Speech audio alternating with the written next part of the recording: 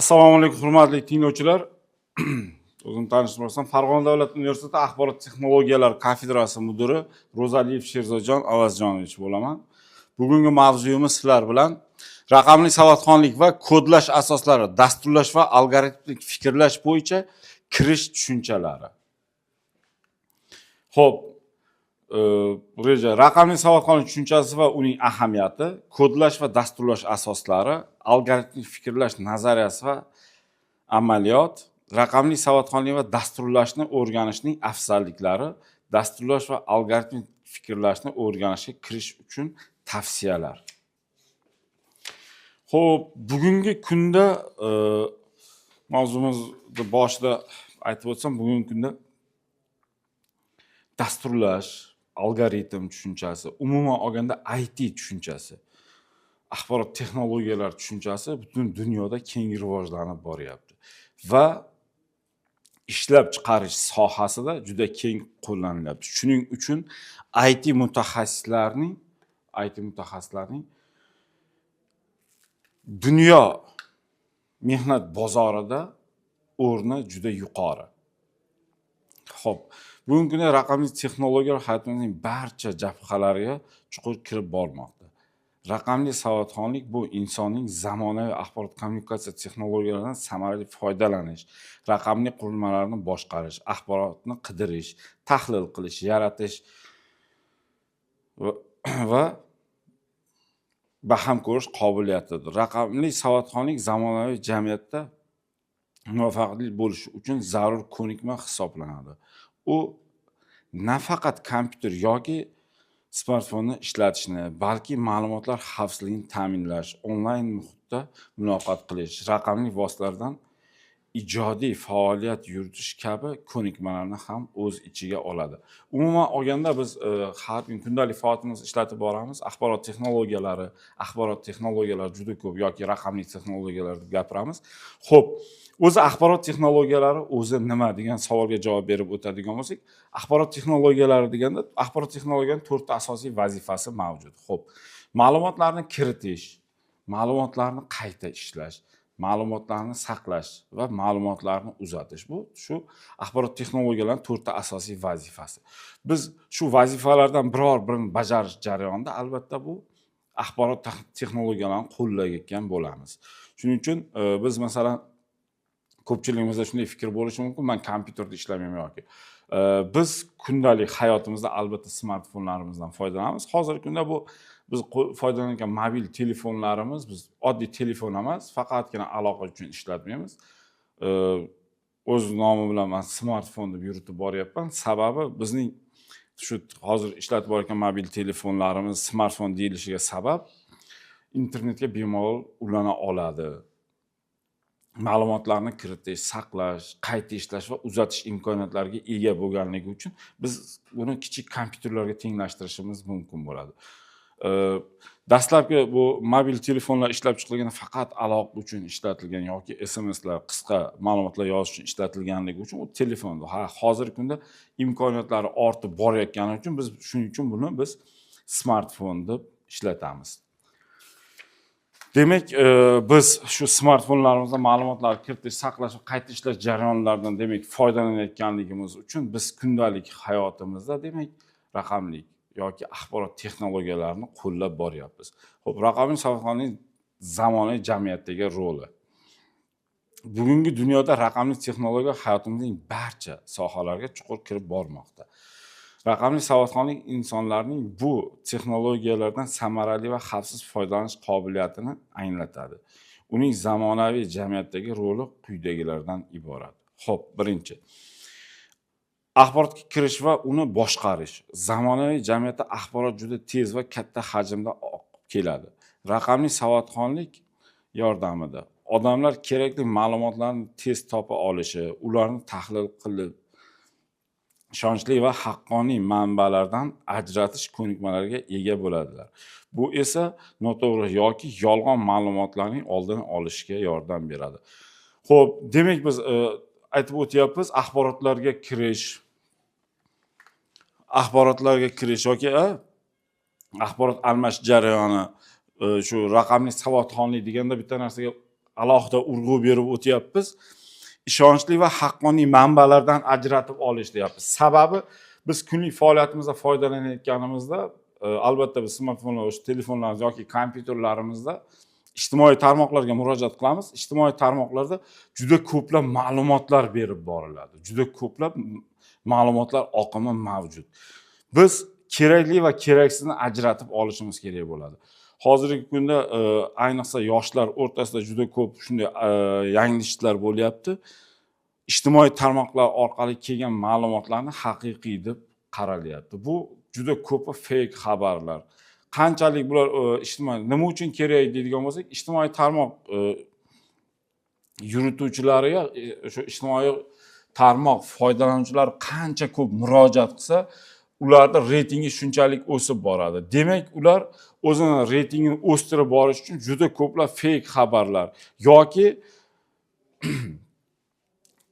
siyosiy tizimga qarshi, konstitutsion tizimga qarshi ba'zi bir ma'lumotlarni shu ma'lumotlar ichida uzatib borish natijasida ko'p yoshlarda chalg'itishi mumkin. Shuning uchun biz raqamli savodxonlikni oshirib borishimiz juda ham zarur. Ma'lumotlarni bir-biridan farqlab borishimiz uchun. Xo'p, ijtimoiy va iqtisodiy faollik, raqamli savodxonlik shaxs va jamiyatning ijtimoiy holatdagi faolligini oshiradi. Masalan, onlayn ta'lim, masofaviy ish, elektron tijorat, davlat xizmatlari kabi sohalarda faol ishtirok etishga imkon beradi. Bu esa insonlarning hayot sifatini yaxshilaydi hamda iqtisodiy o'sishga hissa qo'shadi. Xo'p, bu ijtimoiy iqtisodiy faollik deyapmiz. Hozirgi kunda masalan barchamizga sir emas. Biz o'zimiz uchun mana yoshlar masalan 16 yoshga to'lganda o'zi uchun ID karta, pasport olmoqchi bo'lsa, oldinlari albatta ichki ishlar bo'limlariga murojaat qilish kerak. Hozirgi kunda qulayligini qarangki, davlat xizmatlariga murojaat qilish orqali ham biz bu ishlarimizni tezroq bitirishimiz mumkin bo'ladi. Uydan chiqmay turib, hozirgi kunda qulayligi mana davlat xizmatlarini roli shundaki, biz uzoq masofadan turib ham, uddali masofadan turib ham bemalol o'zimiz uchun kerakli bo'lgan ma'lumotlarni davlat xizmatlari orqali davlat idoralaridan olish imkoniyatiga egamiz. Bu mana shu kunda raqamli savodxonlik o'sib borishi va raqamli texnologiyalarni kundalik faoliyatimizga keng qo'llanilib borishi yoki bank kartalarimiz orqali to'lov qilishimiz, shu to'lovlarni amalga oshirishimiz uydan chiqmay turgan holatda bular qo'shimcha imkoniyatlar, bizga yaratilayotgan imkoniyatlar. Lekin albatta buni to'g'ri foydalanishni ham o'rganishimiz kerak bo'ladi. Xo'p, xavfsizlik va maxfiylikni ta'minlash. Internet va raqamli platformalarda faoliyat yuritish xavfsizligini talab qiladi. Raqamli savodxonlik shaxsiy ma'lumotlarni himoya qilish, kiber hujumlardan saqlanish, parollarni to'g'ri boshqarish va onlayn xavfsizlik qoidalariga rioya qilish ko'nikmalarini shakllantiradi. Bu esa shaxsiy va jamiyat manfaatlarini himoya qiladi. Xo'p, xavfsizlik va maxfiylik tushunchasi hozirgi kunda o'sha raqamli savodxonlikning o'sib borishi deb aytib o'tyapmiz. Albatta bu yerda xavfsizlik va maxfiylik deganda biz kundalik faoliyatimizda foydalanadigan juda ko'plab tizimlarga kirish jarayonida masalan davlat xavfsizlik xizmatiga One ID tizimi yaratilgan. Albatta bu aynan shu fuqaroga tegishli ma'lumot bo'lganligi uchun aynan shu fuqaroga tegishli ma'lumotlarni qayta ishlash imkoniyatini beradi va davlat idoralaridan olish imkoniyatini beradi. Demak, biz o'zimizni One ID'mizni birovga bermasligimiz, uni maxfiyligini o'zimiz saqlashimiz kerak bo'ladi. Buni olish jarayonida maxfiylik rozilik bildiramiz, biz o'zimiz maxfiyligini o'zimiz saqlaymiz. Shuning uchun davlat tashkilotlari tomonidan bizga One ID beriladi. One ID orqali respublika hududida barcha davlat idoralariga murojaat qilish imkoniyatiga ega bo'lamiz. Xo'p, kiber hujumlardan saqlanish uchun albatta biz murakkab parollardan yoki ikki bosqichlik autentifikatsiya tizimlaridan foydalanishimiz mumkin bo'ladi. Bu o'zimizning ma'lumotlarimiz xavfsizligiga olib keladi.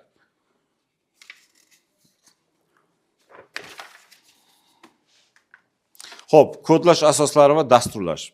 Kodlash bu inson fikrini yoki ma'lumotlarni kompyuter tushunadigan tillarga aylantirish jarayonidir. Dasturlash esa bu muammolarni hal qilish uchun algoritm yaratish va uni dastur kodi shaklida yozish san'ati va fanidir. Dasturlash yordamida har xil vazifalarni avtomatlashtirish, murakkab hisoblashlarni bajarish, veb-saytlar, mobil ilovalar, o'yinlar va boshqa ko'plab texnologiyalar yaratiladi. Xo'p, demak, kodlash deyapmiz. Biz kundalik faoliyat, kundalik hayotimizda foydalanadigan juda ko'p dasturlar yoki biz hozir aytib o'tyapmiz, qayta mobil telefonlarimizdan foydalangan mobil ilova. Bular barchasi kodlar orqali ishlaydi. Siz bilan bizga o'xshab to'g'ridan-to'g'ri tushunmaydi. Bu axborot texnologiyalarida, kompyuterlarda ma'lumotlarni kodlash jarayoni ikkilik sanoq tizimida ishlaydi. Biz buni nima deymiz? Elektr manbaiga bog'liq tushunchada 0 va 1 dan iborat. Elektr zaryadi yetib borsa 1, elektr zaryadi yetib bormasa bu 0. Xuddi shu tarzda ishlaydi. Shuning uchun shu kodlash jarayoni, biz to'g'ri kodlash jarayonini yo'lga qo'yadigan bo'lsak, albatta keyingi dasturlash va algoritmlar tuzish, ma'lumotlarni qayta ishlash jarayonida to'g'ri ishlashga olib keladi. Xo'p, algoritmik fikrlash. O'zi algoritm tushunchasi biz juda ko'p ishlatamiz. Buyuk vatandoshimiz Al-Xorazmiy nomi bilan bog'liq deb atab o'tamiz. Nima uchun? Butun dunyo Al-Xorazmiyni o'sha algoritmning otasi deydi. Xo'p, Al-Xorazmiy o'z davrida shunday algoritm yaratganki, biz kundalik hayotimizda foydalanadigan 4 amal bor matematikada: qo'shish, ko'paytirish, ayirish, bo'lish. Shularni ishlatish ketma-ketligi bo'yicha aniq bir algoritm yaratgan. Demak, aytib o'tganimiz o'sha, shuning uchun aynan algoritm so'zi buyuk vatandoshimiz Al-Xorazmiy nomi bilan bog'lab o'rganiladi. Demak, algoritmik fikrlash muammolarni ketma-ket, aniq va mantiqiy bosqichlarga bo'lib, yechim topishga yo'naltirilgan fikrlash uslubidir. Bu jarayonda vazifalar kichik qismlarga bo'linadi. Har bir qism uchun aniq qoidalar, algoritmlar ishlab chiqiladi. Algoritmik fikrlash dasturlashning asosiy poydevoridir. Chunki samarali dastur yaratish uchun avvalo muammoni algoritm tarzda tushunish va uni bosqichma-bosqich yechish kerak. Demak, algoritm degani oddiy misol bilan tushuntiradigan bo'lsam, biz kundalik faoliyatimizda foydalanamiz. Mana, ertalab turaman, yuz qo'limni yuvaman, ishga yetib boraman. Ishga soat 8 da borishim kerak. Demak, ishga 8 da yetib borishim uchun yo'l masofasini aniq bilaman, qancha vaqt ketishi. 10 daqiqa yoki 15 daqiqa. Demak, 10-15 daqiqa shu yo'l masofasini hisobga olib 8 da ishda bo'lish uchun qancha vaqtda chiqishim, uyimdan qancha vaqtda chiqishim kerak. Bu aniq bir algoritm bu. Eng oddiy tushuntirganda, yoki xonaga kirish uchun nima qilish kerak deydigan bo'lsak, demak, xonani birinchi navbatda eshigi qulfmi, ochiqmi? Demak, qulf bo'lsa, birinchi tushuncha kalitni olaman, eshikni ochib, qulfini ochaman, eshikni ochaman va xonaga kiraman. Bu aniq bir algoritm. Algoritm shunday bir aniq ishlash kerakki, algoritmni shunday tavsif beramiz. Algoritm ma'lum bir qadamdan keyin aniq bir maqsadga erishtiruvchi buyruqlar ketma-ketligi bu algoritm deyiladi. Bu cheklik bo'lishi kerak. Buyruqlar ketma-ketligi ham bu cheksiz davom etaversa, bu algoritm noto'g'ri ishlayotgani. Endi shunday algoritm tuzishimiz kerak bo'ladiki, hozir aytib o'tganimizdek, qismlarga bo'lib olish jarayoni deyapmiz, boshqa jarayonlar, bular barchasida biz aniq va shunday buyruqlar ketma-ketligini tuzishimiz kerakki, eng qisqa yo'l bilan yetib borish. Maqsadga eng qisqa yo'l bilan yetib borish maqsadida algoritm aniq tuzilishi kerak bo'ladi. Endi keyingi mavzularimizda yana biz algoritm o'ziga to'xtalib o'tamiz. Algoritmning o'sha 6 ta xossasi bularni keyingi mavzularimizda ko'proq yoritib berishga harakat qilamiz. Xo'p, demak, Mavzuning ahamiyati.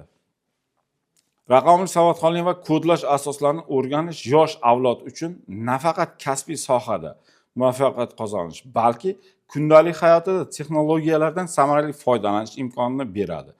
Dasturlash va algoritm fikrlash orqali o'quvchilar mantiqiy tafakkurni rivojlantiradi. Muammolarni tizimli hal qilish ko'nikmalarini oshiradi. Bu esa ularni raqamli jamiyatda faol va mas'uliyatli fuqarolarga aylantiradi. Demak, biz aynan shu raqamli savodxonlik va kodlashni o'rganishimiz yoki shu raqamli texnologiyalardan to'g'ri foydalanishimiz, faqat u dasturchi bo'lsin, u xohlagan kasb egasi bo'lsin, bizda u meditsina sohasida ishlasin, xoh shifokor deylik, xoh o'qituvchi, xoh shofyor, bular barchasi o'sha raqamli savodxonlikni bilish natijasida, hozirgi kunda sir emas, shu raqamli savodxonlikni bilish natijasida ish faoliyati unumdorligi oshib boradi. Xo'p. Kasbiy sohadagi muvaffaqiyat. Bugungi kunda deyarli barcha sohalarda IT moliya, ta'lim, san'at va xizmat ko'rsatishda raqamli texnologiyalar keng qo'llaniladi. Raqamli savodxonlik va dasturlash asoslarini bilgan mutaxassislar ish topishda va o'z sohasida muvaffaqiyat qozonishda katta ustunlikka ega bo'ladilar. Masalan, dasturchilar, data analitiklar va tizim administratorlari kabi mutaxassislar yuqori talabga ega. Xo'p, biz sanab o'tyapmiz, demak bu yerda dasturchilar deyapmiz, data analitik boshqa. Bular hozirgi kunda aytib o'tamiz, butun dunyo mehnat bozorida bularga yuqori maosh to'lanadi. Birinchi, albatta endi biz moddiylikka ham e'tibor beramiz. Bularga yuqori maosh to'lanadi va qulay sharoitlar yaratib berishga harakat qilinadi. Yoki shu raqamli savodxonlik, shu dasturlash nimalarni o'rganish natijasida masofadan ishlash imkoniyatlari ham. Agar raqamli savodxonligi yuqori inson, hozirgi kunda juda ko'plab insonlar, demak, masofadan turib ishlash imkoniyatlariga ega. Bu o'ziga xos qulayliklarga ega. Uydan chiqmagan holatda bemalol o'z ishini boshqarishi mumkin bo'ladi. Demak, muammolarni tizimli hal qilish, algoritmik fikrlash va kodlash ko'nikmalari shaxsga murakkab muammolarni kichik qismlarga bo'lib, bosqichma-bosqich yechim topishga yordam beradi. Masalan, kundalik hayotda vaqtni boshqarish, moliyaviy rejalar tuzish yoki hatto uy ishlarini avtomatlashtirish uchun algoritmik yondashuv foydalidir. Xo'p, biz aniq bir bugungi ishlarimizni reja tuzadigan bo'lsak, bu yerda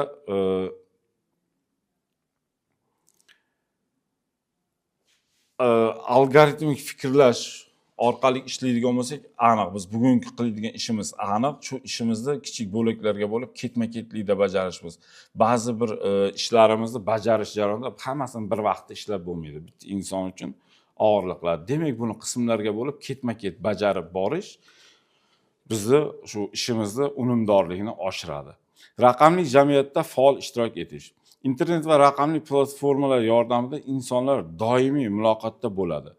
Bilim va tajriba almashadi. Raqamli savodxonlik va dasturlashni bilish onlayn xavfsizlikni ta'minlash, axborotni to'g'ri baholash va ijtimoiy tarmoqlarda mas'uliyatli bo'lish imkonini beradi.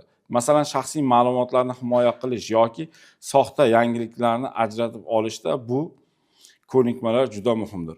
Xo'p, mavzuni boshida aytib o'tdik. Demak, bizga kelayotgan barcha ma'lumotlarni to'g'ridan to'g'ri qabul qilish ham maqsadga muvofiq emas.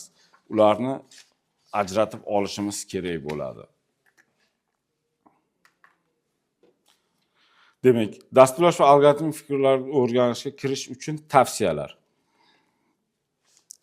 Asosiy tushunchalarni o'rganish. Dasturlash va algoritm fikrlashni o'rganish uchun avvalo asosiy tushunchalar bilan tanish zarur. Bu algoritm, dasturlash tillari, mantiqiy operatorlar, o'zgaruvchilar, shart operatorlar va sikllar kabi fundamental elementlardir. Demak, biz albatta dasturlashni o'rganmoqchi bo'lsak, hozir juda ko'p yoshlarimiz orasida IT sohaga qiziquvchilar ortib boryapti.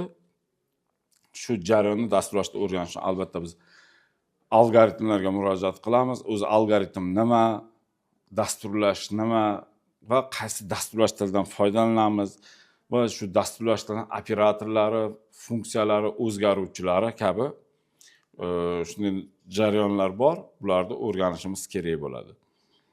Soddadan murakkabga o'tish.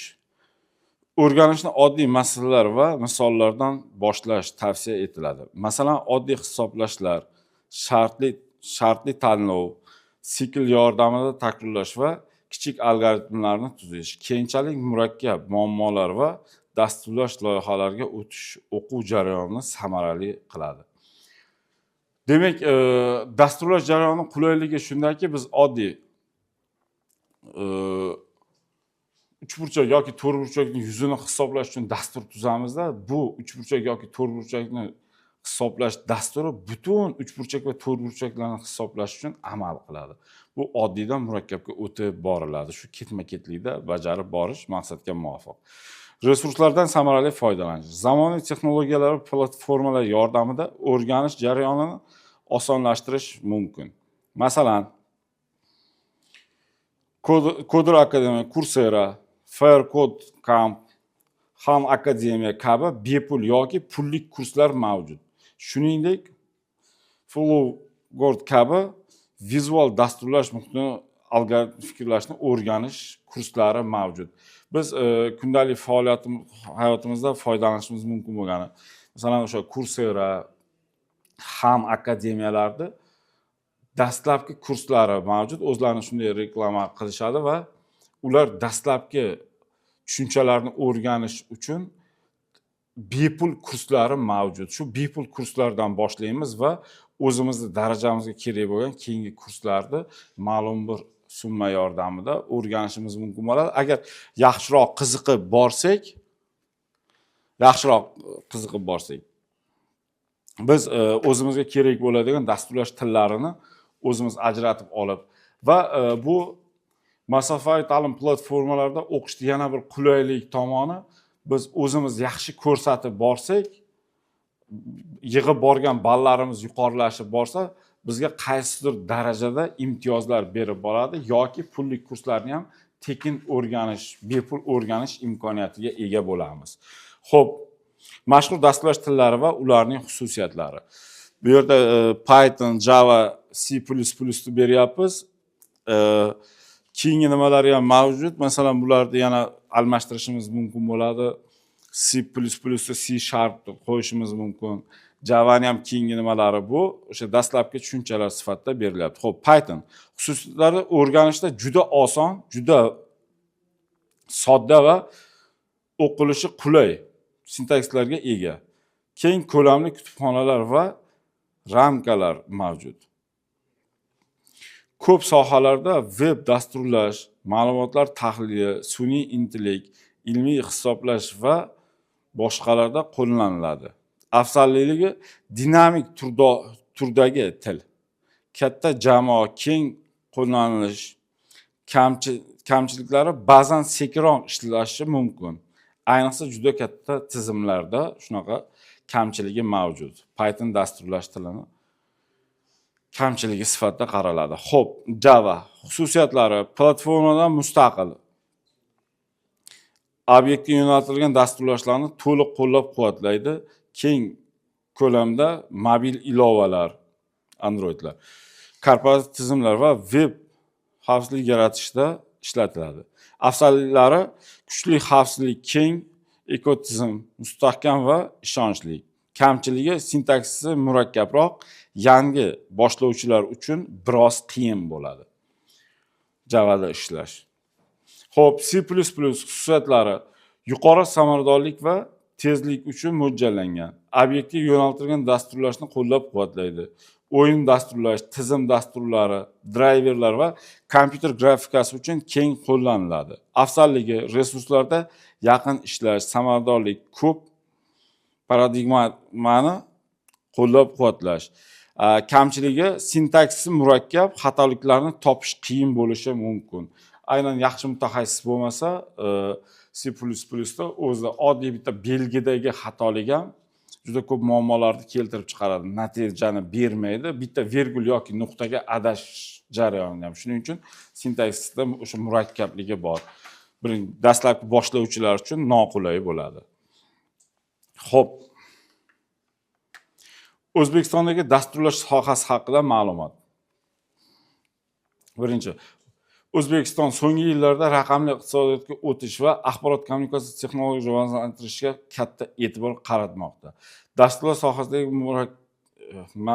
sohasi mamlakatda tez surat bilan rivojlanmoqda. Bu esa yosh avlod orasida kodlashga bo'lgan qiziqishni oshirmoqda. Maktablarda va oliy o'quv yurtlarida dasturlash bo'yicha ta'lim yo'lga qo'yilgan. Ko'plab bepul va pullik onlayn platformalar orqali ham o'quvchilar o'zlashtirishlari mumkin. Demak, biz hozirgi kunda keng qo'llanilyapti va har bir viloyat, respublikaning har bir viloyatida IT parklardan foydalanadi. Raqamli texnologiyalar markazlari. Bular o'sha hududdagi yoshlarga dasturlash bo'yicha onlayn kurslarini va o'zlarining offlayn kurslarini va bepul kurslarini taqdim etib kelishmoqda. Bu yoshlar orasida shuning uchun hozirgi kunda ko'payib boryapti dasturlash bo'yicha mutaxassislar. Hop, ikkinchi, Toshkent davlat texnika universiteti, Toshkent axborot texnologiyalari universiteti, Inha universiteti kabi oliy o'quv yurtlarida dasturlash bo'yicha ixtisosliklar mavjud. Shuningdek, IT park, IT akademiya kabi maxsus o'quv markazlari keng faoliyat olib borilyapti. Bu bizni Farg'ona davlat universitetida ham o'zimizning mutaxassislik yo'nalishlarimiz mavjud. Bu yo'nalishlar orqali ham shu dasturlash kurslari, raqamlashtirish jarayonlari va avtomatlashtirish tizimlari bo'yicha mutaxassislarni tayyorlab boramiz.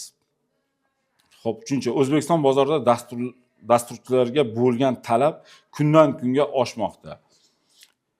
Ichki kompaniyalar va bir qatorda ko'plab xorijiy kompaniyalar ham O'zbekistondagi malakali dasturchilarni jalb qilmoqda.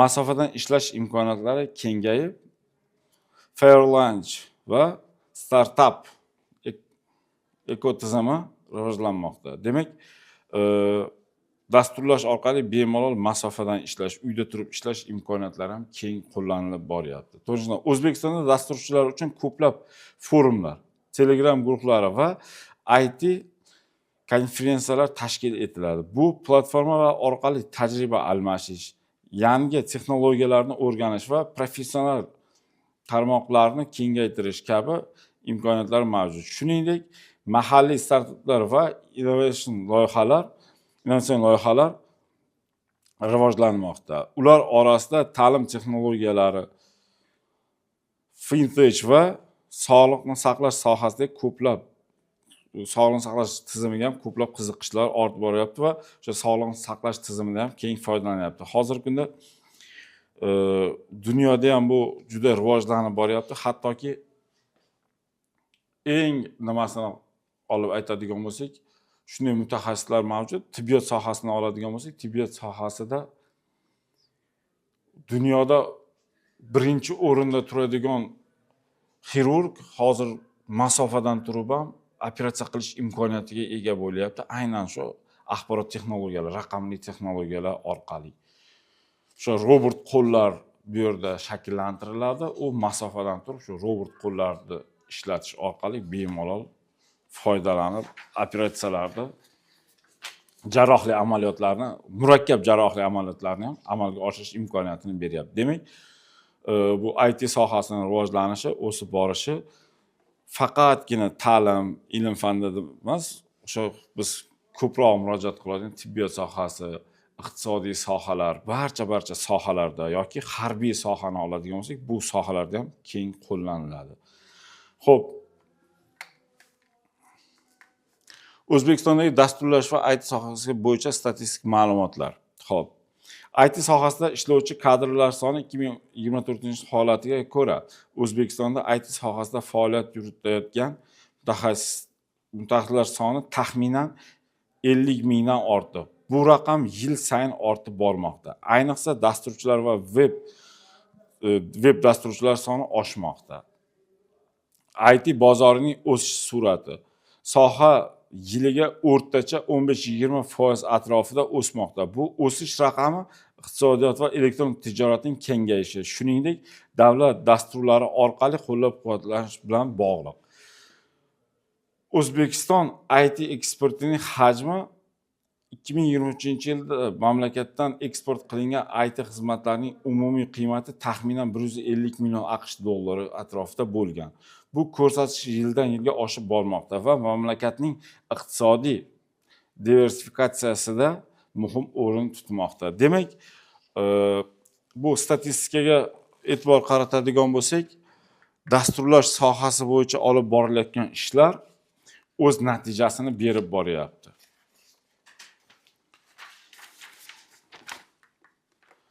Xo'p, xulosa qilib aytadigan bo'lsak, raqamli sohalarni dasturlash asoslarini o'rganish zamonaviy jamiyatda hayotiy ahamiyatga ega. Bugungi kunda har bir inson, ayniqsa yoshlar, axborot kommunikatsiya texnologiyalaridan samarali foydalanish, ko'nikmalarga ega bo'lishi shart. Dasturlash va algoritmik fikrlash orqali muammolarni tizimli hal qilish, yangi innovatsiyalar yaratish va zamonaviy texnologiyalar sohasida faol ishtirok etish mumkin. O'zbekiston ham raqamli iqtisodiyotga o'tish strategiyasi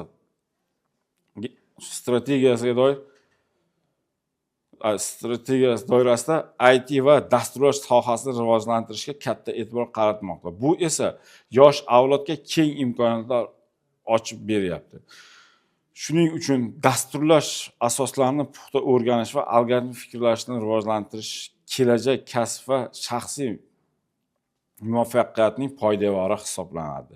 Natijada raqamli savodxonlik va kodlashni o'zlashtirish yoshlarimizni nafaqat milliy, balki global miqyosda raqobatbardosh kadrlar sifatida shakllanishiga xizmat qiladi. Demak, xulosa qilib aytadigan bo'lsak, dasturlash, kodlash, algoritmik fikrlash yoshlar uchun juda ham muhim, hozirgi kundagi juda muhim yo'nalishlardan biri.